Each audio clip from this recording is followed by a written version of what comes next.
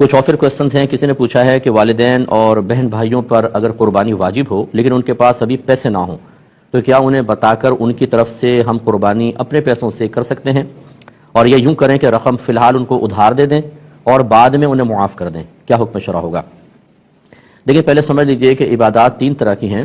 ایک بدنی عبادت ہوتی ہے خالصتاً بدنی، یعنی اس میں مال کے خرچ کا کوئی دخل نہیں ہوتا، جیسے نماز.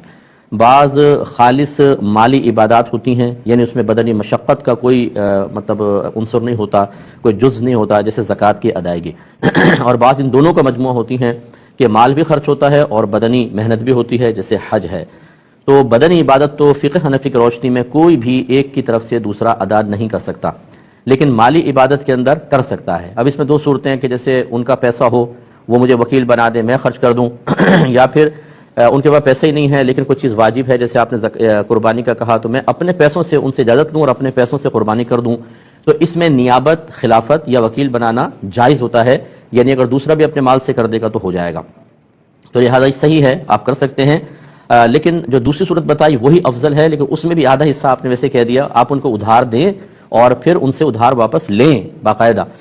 یاد رکھیں کہ جو مالی عبادات ہیں اللہ تبارک و تعالیٰ نے ان کو اسی لیے مقرر کیا ہے کہ اس میں امتحان ہے انسان کا، کہ وہ اپنا مال اللہ تبارک و تعالیٰ کے لیے خوش دلی سے خرچ کرتا ہے یا نہیں کرتا، اس میں بخل ہے یا نہیں ہے، مال کی محبت غالب ہے یا اللہ تبارک و تعالیٰ کی محبت غالب ہے. اور میں نے اکثر کہہ رہا ہوں، ہر ایک نہیں، اکثر خواتین کو خاص طور پر اس امتحان میں فیل ہوتے دیکھا ہے. سونے کے سیٹ دبا کر رکھیں گی، کیش بھی نہ خرچ ہو، کچھ بھی نہ ہو، ہم کہاں کماتی ہیں، تو شوہر سب کچھ کرتا رہتا ہے. اس طرح مال کی محبت بھی رہتی ہے اور بخل بھی غالب رہتا ہے. تو جو مالی عبادت کے واجب کرنے میں، اس کے لازم کرنے میں اللہ تبارک و تعالیٰ کی حکمت بالغہ تھی، اسے باطل کرنا لازم آتا ہے. آپ ان کو ادھار دیں، اگر ابھی کیش نہیں ہے قربانی وہ کریں، بعد میں ان سے لازم وصول کریں تاکہ اللہ کی راہ میں پیسہ خرچ کرنے کے بارے میں وہ بخل اور بیجا محبت میں گرفتار نہ ہوں.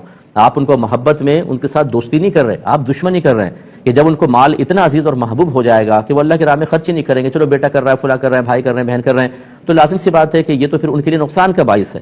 جو ان کے مال میں اللہ تعالیٰ کا حق تھا، جو ان کے مال میں کسی غریب کا حق تھا، وہ تو ان کے مال کے ذریعے تو نہیں ہو رہا، آپ کے مال کے ذریعے ہو رہا ہے، اور یہ اللہ تعالیٰ کی حکمت نہیں تھی. تو لہٰذا آپ تھوڑا سا اپنے رویے کو چینج کریں.